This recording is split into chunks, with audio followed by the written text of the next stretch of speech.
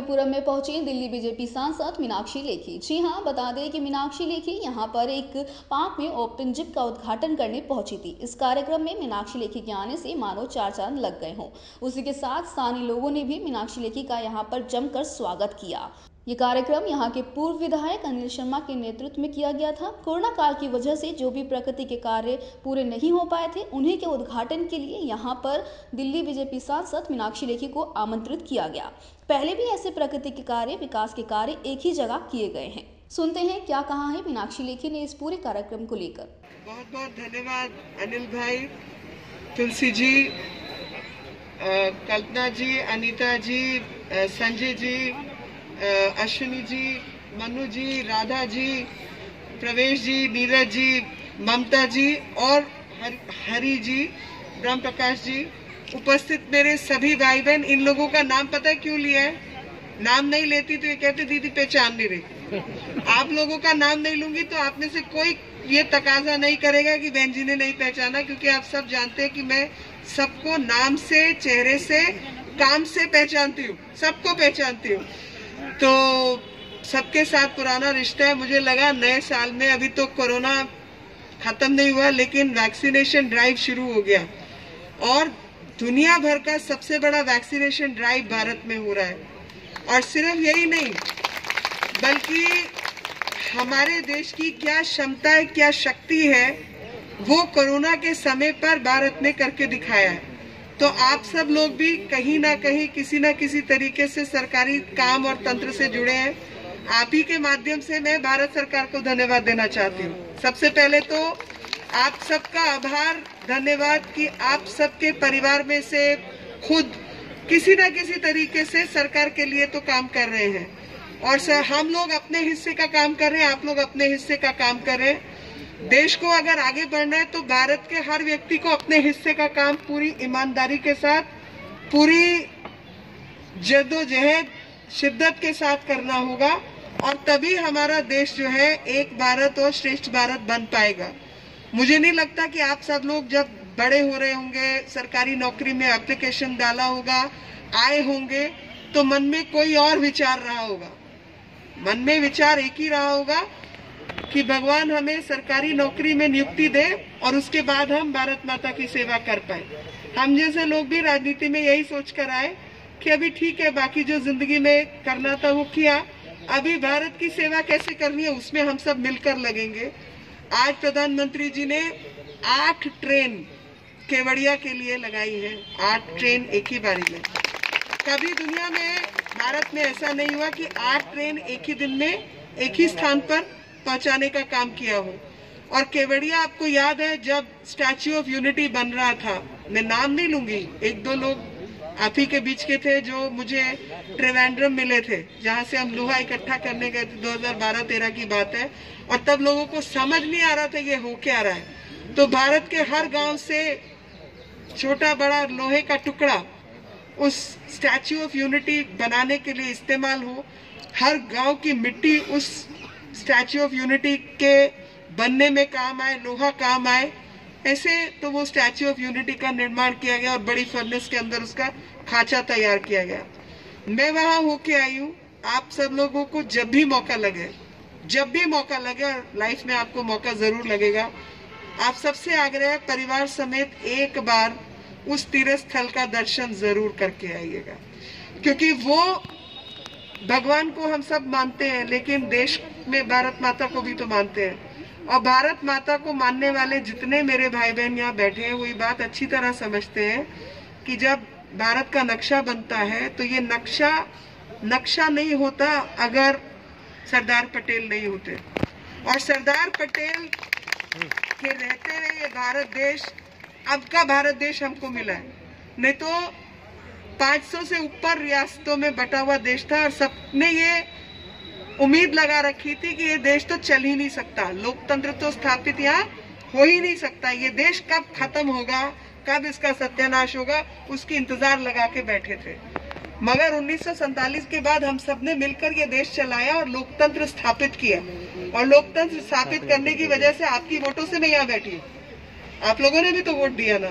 तो जब आप सबने मेरे जैसे व्यक्ति को चुना तो मुझे लगता है कि मेरा एक ही काम है प्रमुख, और वो है कि अपने क्षेत्र की जनता की जो तकलीफ है उसमें मैं शामिल जरूर रहूं। एरिया की छोटी से छोटी चीज की मेरे को जानकारी प्राप्त हो। कई बार आपको शायद नहीं मालूम होगा, लेकिन आपके ग्रुप्स के अंदर, आपके व्हाट्सएप ग्रुप के अंदर, पुलिस के माध्यम से, मेरे बीजेपी के कार्यकर्ताओं के माध्यम से, अन्य माध्यमों से मेरी निगाह सूचना सब पे रहती है। मैं बताती नहीं, जब तक काम पूरा नहीं होता तब तक मैं बिल्कुल चुप रहती हूँ, क्योंकि मुझे लगता है कि आप सब सरकारी काम खुद ही सरकारी विभागों से हैं, और जब आप जैसे लोग मुझे सीपीडब्ल्यूडी की चिट्ठी देते हैं तो सोचिए मेरे पे क्या गुजरती होगी। सोच सकते कि एक ही सरकारी विभाग, दूसरा सरकारी विभाग, बल्कि वही सरकारी विभाग और वही सरकारी विभाग वाले मेरे को चिट्ठी दे रहे हैं। ऐसे सरकार नहीं चलना चाहिए ना। एक कुछ चीजें तो नियम अनुसार होनी चाहिए, मगर क्या है, तकलीफ होती है, लेकिन प्रयास जो चुना हुआ व्यक्ति है उसका ये जरूर रहता है कि मेरे क्षेत्र में किसी को कोई तकलीफ ना पहुंचे, और अगर कोई तकलीफ में है तो उसकी तकलीफ हम लोग जो भी हर संभव प्रयास हो हम उसको जल्द से जल्द निवारण कर पाए। मगर आप लोगों के बीच कहते हुए मुझे बिल्कुल झिझक भी नहीं है कि सरकारी तंत्र की अपनी स्पीड होती है, वो जरूरी नहीं राजनेता की स्पीड से मिलती हो। मेरे हाथ में हो तो मैं तो कहूं कि कल तक मुझे ये काम चाहिए, ऐसे ऑर्डर करने वाले लोगों में हूं मैं। मगर कल तक कहने में भी तो मैं कह देती हूँ, मैं तो और बहुत कुछ कह देती हूँ कि मेरे इलाके का ये काम अभी होना चाहिए, नहीं तो मैं क्या करूंगी वो सोच लेना, वगैरह वगैरह। लेकिन बावजूद उसके सरकारी तंत्र अपनी स्पीड से चलता है, तो उसके लिए मैं माफी मांगना चाहती हूँ, क्योंकि अगर आपकी चिट्ठी मेरे पास पहुंची है, कुछ भी रिटर्न में मैं लेती इसलिए हूँ कि मेरे पास रिकॉर्ड आ जाता है कि इस तारीख को आपने मुझे कहा, उसी दिन नहीं तो उसके अगले दिन तक वो चिट्ठी अपने अपने डिपार्टमेंट्स में चली जाती है। मेरे यहाँ पे एक दिन से अधिक डिले नहीं होता है, और उसके बाद फॉलोअप हमारे दफ्तर से लगातार होता है कि ये सीपीडब्ल्यूडी के काम पेंडिंग है, ये एसडीएमसी के पेंडिंग है, ये जल बोर्ड के पेंडिंग है, वगैरह वगैरह जो भी कुछ। कई बार इनॉग्रेशन वगैरह देर से हो जाते हैं कि भाई चलो अब लाइटें लग गई हैं, कोरोना काल चल रहा है, जब थोड़ी चीजें बेहतर होंगी तब आके नारियल फोड़ देंगे। सबको बुलाया भी नहीं जाता। कोरोना तक तो हम सबके बीच आ ही नहीं सकते थे, ये काम पुराने हो गए हैं, 2-4 महीने पहले खत्म हो गए थे, लेकिन हम आपके बीच आ नहीं पाए और उसका कारण कोरोना था। लेकिन अब जब वैक्सीन आ गई है और भारत देश ने दुनिया को ये संदेश दे दिया कि हम दुनिया की सबसे बेहतर वैक्सीन भी बना सकते हैं, सबसे कम समय में उसको बांट भी सकते हैं, और अपने देशवासियों को प्रमुखता से आगे रखते हुए हम उनका काम भी कर सकते हैं। इस सब के लिए आप सब बधाई के पात्र हैं। और मुझे तो बार बार ऐसा लगता है कि एक कहावत है पंजाबी में, कुड़ी के भी 14 साल में भाग जागते हैं, ऐसा कहा जाता है। यानी जिस भी क्षेत्र में कुछ होता है तो 14 साल के अंदर वो अच्छा परिवर्तन होना ही होता है, अच्छी चीज आनी होती है।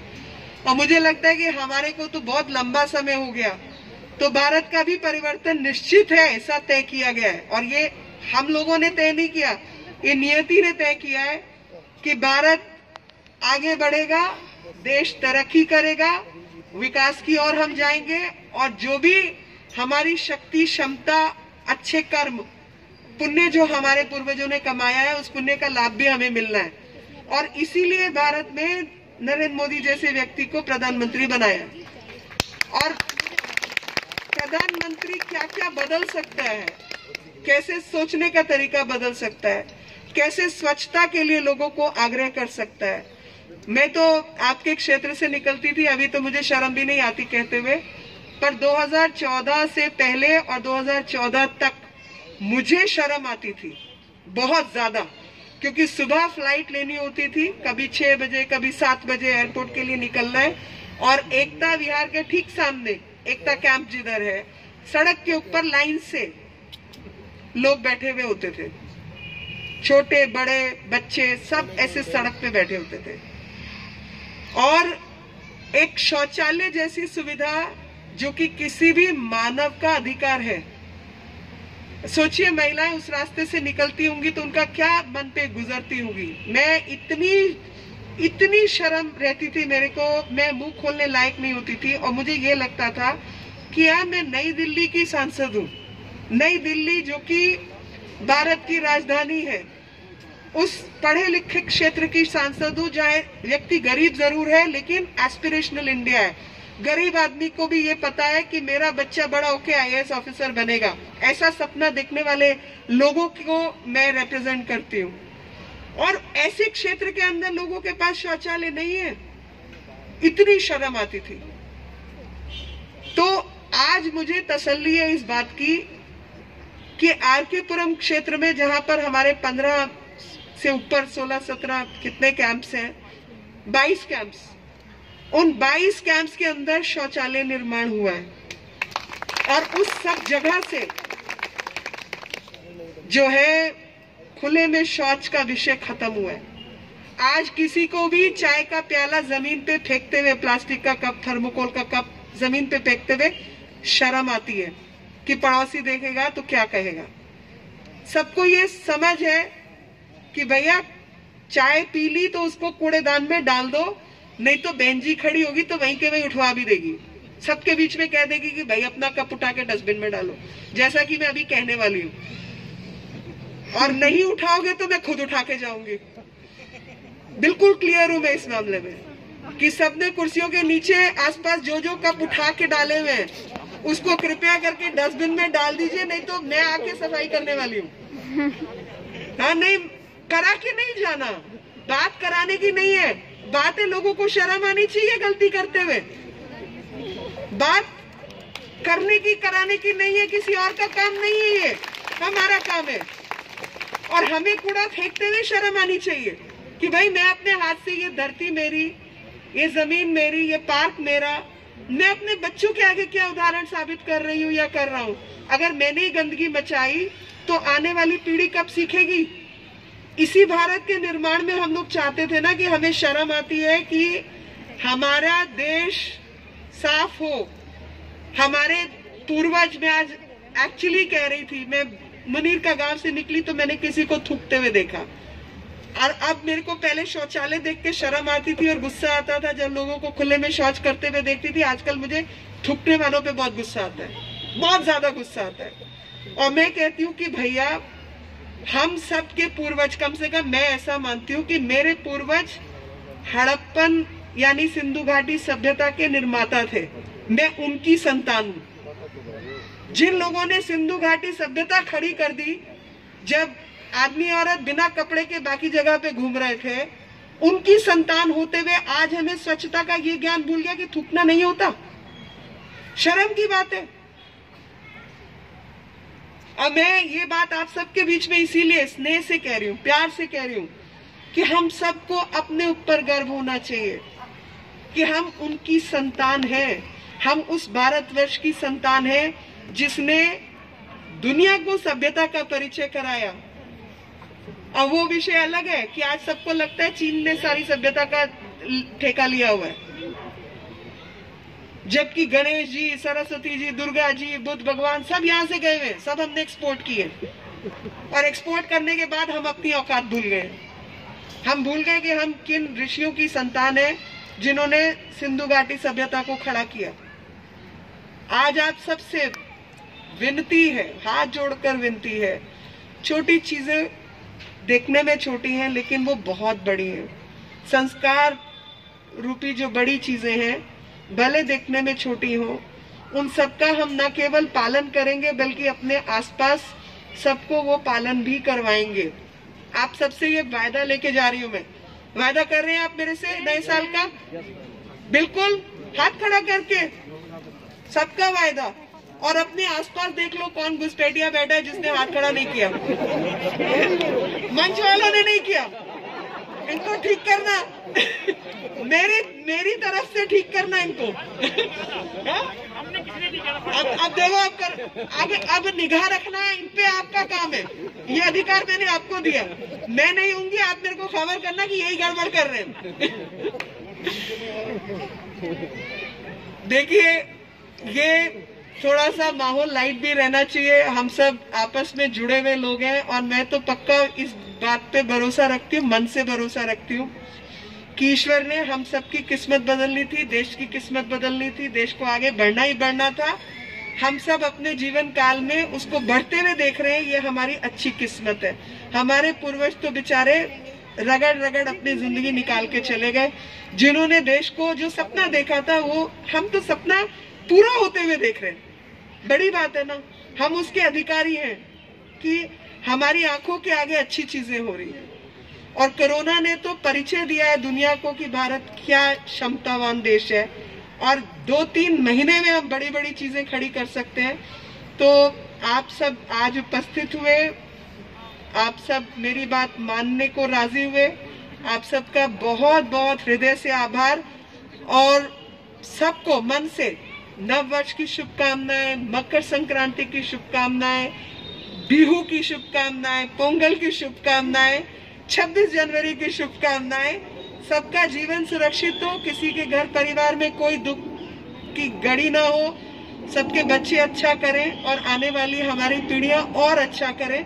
और वो सब हम अपने जीवन काल में देश को आगे बढ़ते हुए देखें और हम सब अपना सहयोग करें। उठने से पहले कुर्सियों के नीचे से सारे कप उठा के कूड़ेदान में डाल के जाएंगे, नहीं तो जिसकी कुर्सी के नीचे मिलेगा वहां आके मैं खुद उठाने वाली हूँ और फिर पूछने वाली हूँ कौन बैठा था। इन्हीं शब्दों के साथ जय हिंद, जय भारत, भारत माता की जोर से भारत माता की, भारत माता की।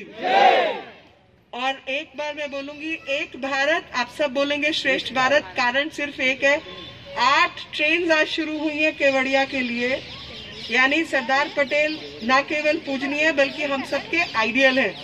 तो एक भारत रहे और भारत श्रेष्ठ हो, ऐसी हम सब कामना करते हैं। एक भारत, एक भारत, एक भारत, एक भारत, एक भारत, जय हिंद।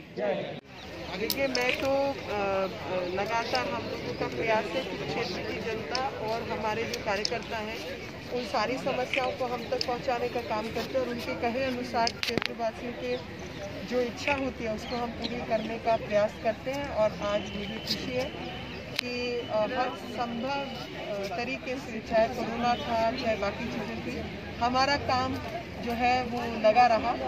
और जितनी लाइटें की अगर डिमांड थी तो वो पोल्स, अगर बेंचेस की डिमांड थी तो वो गज़ीबो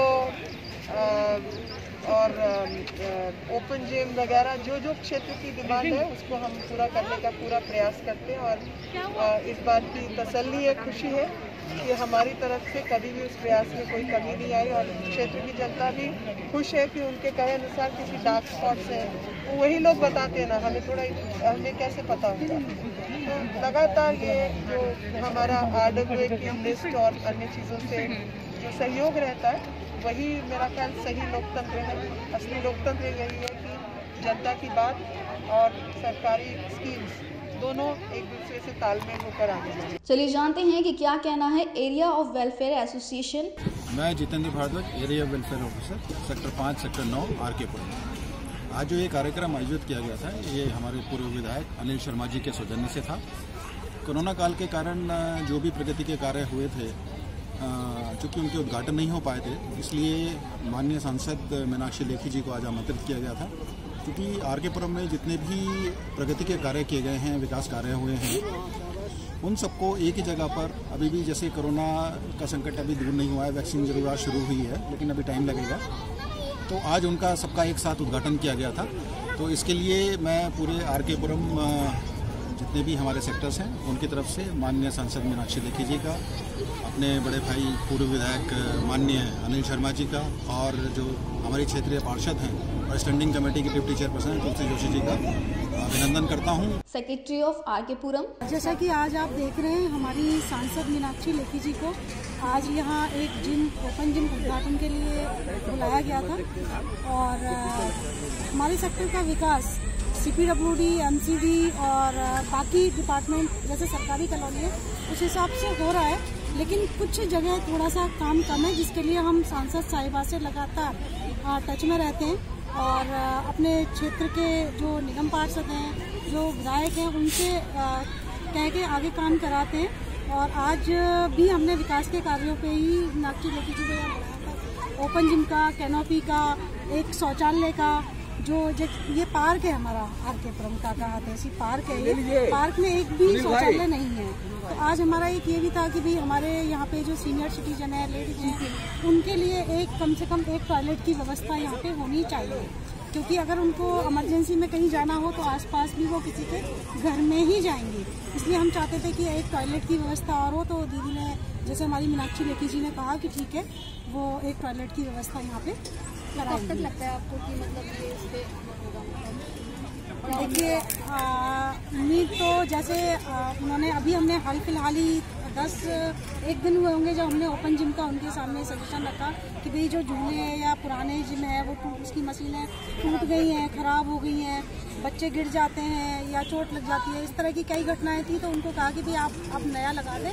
तो विदिन 10 डेज उन्होंने डिसीजन इमीडिएटली ले लिया और आज उन्होंने उसका उद्घाटन यहाँ पे किया। तो जैसे शौचालय के, हाँ, कि शौचालय का भी हमें लगता है कि वो जल्द से जल्द, क्योंकि जैसा मीनाक्षी जी का व्यवहार है और जैसे वो कार्य करती हैं, उनके कार्य करने का तरीका है कि वो इमीडिएटली डिसीजन लेती हैं। 12 में वहाँ दिक्कत थी, पार्क के अंदर भारी बच्चे जो आगे बैठते थे, उसका भी इन्होंने बहुत जल्दी निपटारा कर दिया है। काउंसलर जी ने और एमपी जी ने मिलकर उसको बिल्कुल खत्म ही कर दिया। जो भारी तत्व आते थे पार्क के अंदर, वो भी खत्म कर दिया बिल्कुल। अब भारी तत्व वहाँ आगे ना बैठते हैं, ना भारी बच्चे आगे बैठते हैं, और बिल्कुल अब क्या लौटियों के लिए ही वो पार्क सेव है। आज हमने यहाँ पर कार्यक्रम रखा था, हमारी लोकप्रिय सांसद मीनाक्षी लेखी जी, उनके कुछ फंड से कुछ काम होने थे।